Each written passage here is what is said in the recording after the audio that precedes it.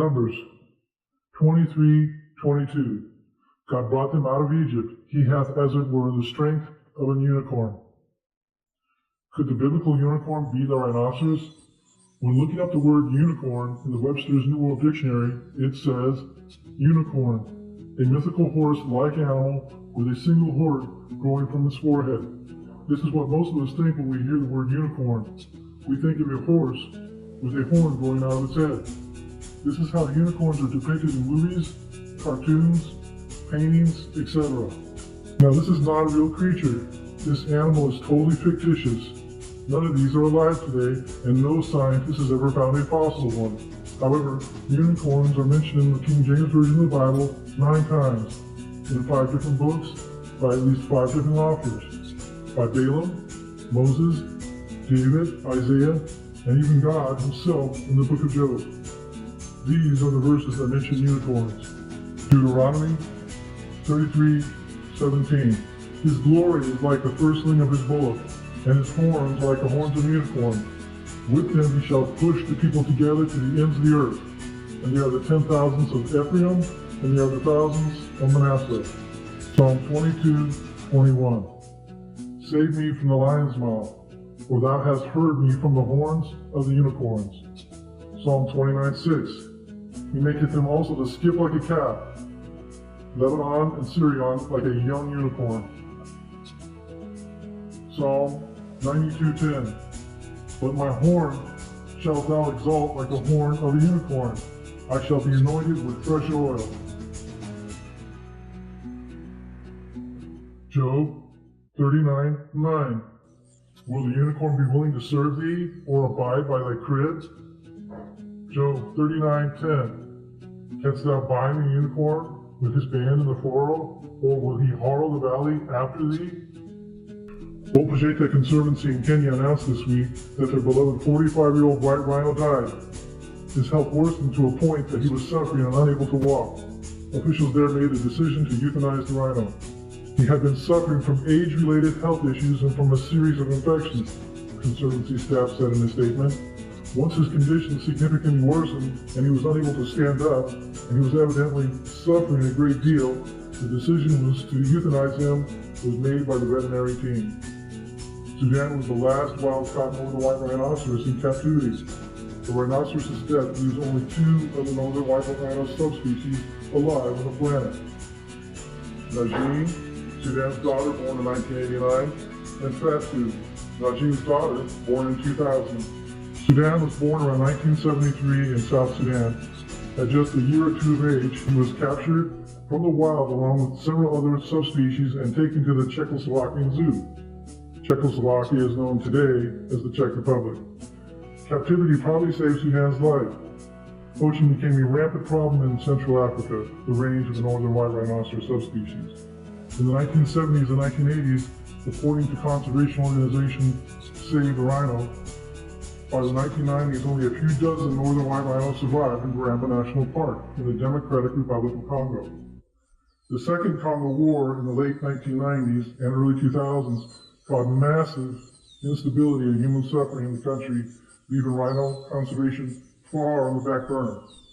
According to Save the Rhino, militant groups took advantage of the rhinos at Garamba, poaching them and selling their horns on the black market to raise funds for fighting. The last documented sightings of the northern white rhinoceroses in the wild were in 2006. Rhino poaching has escalated in recent years. Today's value is $300,000 for the head of a rhino.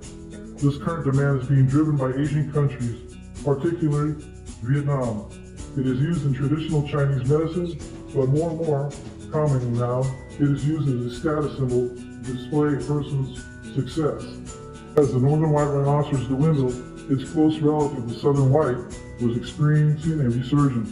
Down to fewer than 20 animals in the early 1900s, the southern white recovered thanks to conservation and managed hunting efforts, and there are now more than 20,000 of those rhinos in the wild. The modern definition of a unicorn: noun, unicorn, plural, noun, unicorn. A mythical animal typically represented as a horse with a single straight horn projecting from its forehead. Dynamic equivalence and formal equivalence. terms coined by Eugene Nida are two dissimilar biblical translation approaches, achieving different levels of literalness between the source text and the target text, as employed in biblical translation. The two have been understood basically, with one as sense for sense, translating the meanings of the phrases of the whole sentences, with readability in mind, and the other was word for word translation, translating the meaning of the words or phrases in a literal way, maintaining literal fidelity. Some would claim that the Bible is a book of fairy tales. It does, after all, mention unicorns. But the biblical unicorn was a real animal and not an imaginary creature. The Bible refers to the unicorn in the context of familiar animals, such as peacocks, lambs, lions, bullocks, goats, donkeys, horses, dogs, eagles, and calves. Job 39, 9-12. In Job 38:41, God reminded Job of the characteristics of a variety of impressive animals he had created, showing Job that God was far above man in power and strength. Job had to be familiar with the animals on God's list for the illustration to be effective. God points out in Job 39, 9-12, that the unicorn, whose strength is great, is useless for agricultural work, refusing to serve man or follow plow the valley. This visual aid gives Job a glimpse of God's greatness, an imaginary fantasy animal who had defeated the purpose of God's illustration. Modern readers have trouble with the Bible's unicorns because we forget that a single-horned creature is not uncommon on God's menu of animal design. Consider the rhinoceros and the narwhal. The Bible describes unicorns as skipping like calves, Psalm 29:6, traveling like bullocks, and bleeding when they die, Isaiah 34:7. The presence of a very strong horn on this powerful, independent-minded creature is intended to make readers think of great strength.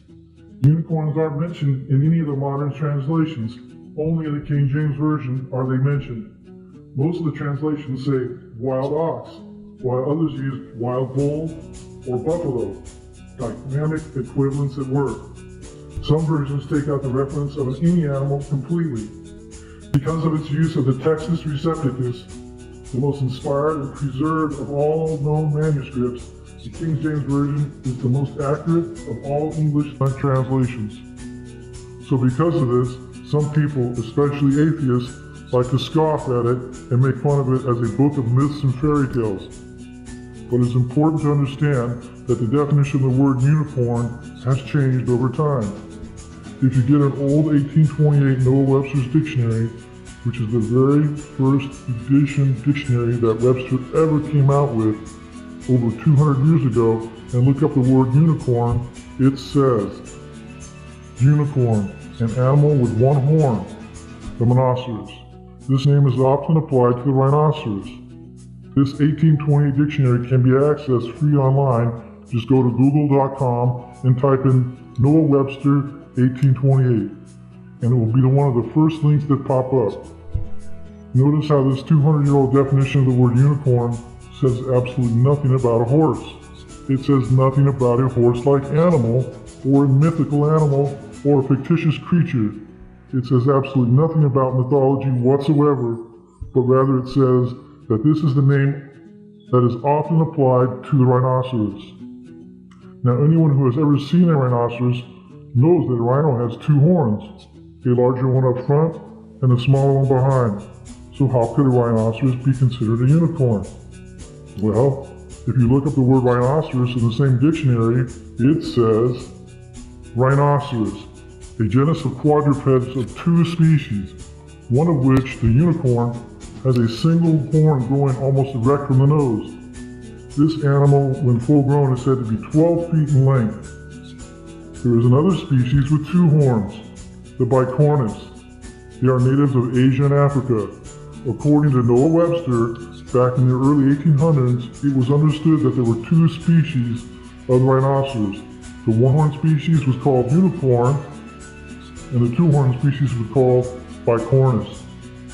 Today it is understood that there are 5 species of rhinoceros, 3 of which have 2 unicorns, and 2 of which have 1 horn.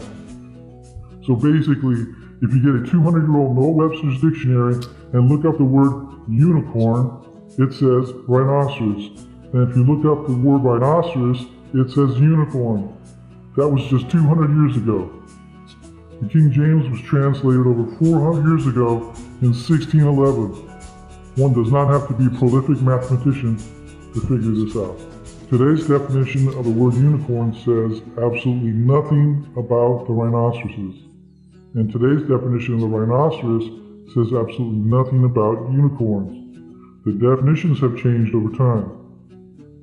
So if the definition of unicorn has changed in just the past 200 years from rhinoceros to horse, then it doesn't make much sense to take a modern definition of the word unicorn and apply it to a 400-year-old translation of the Bible.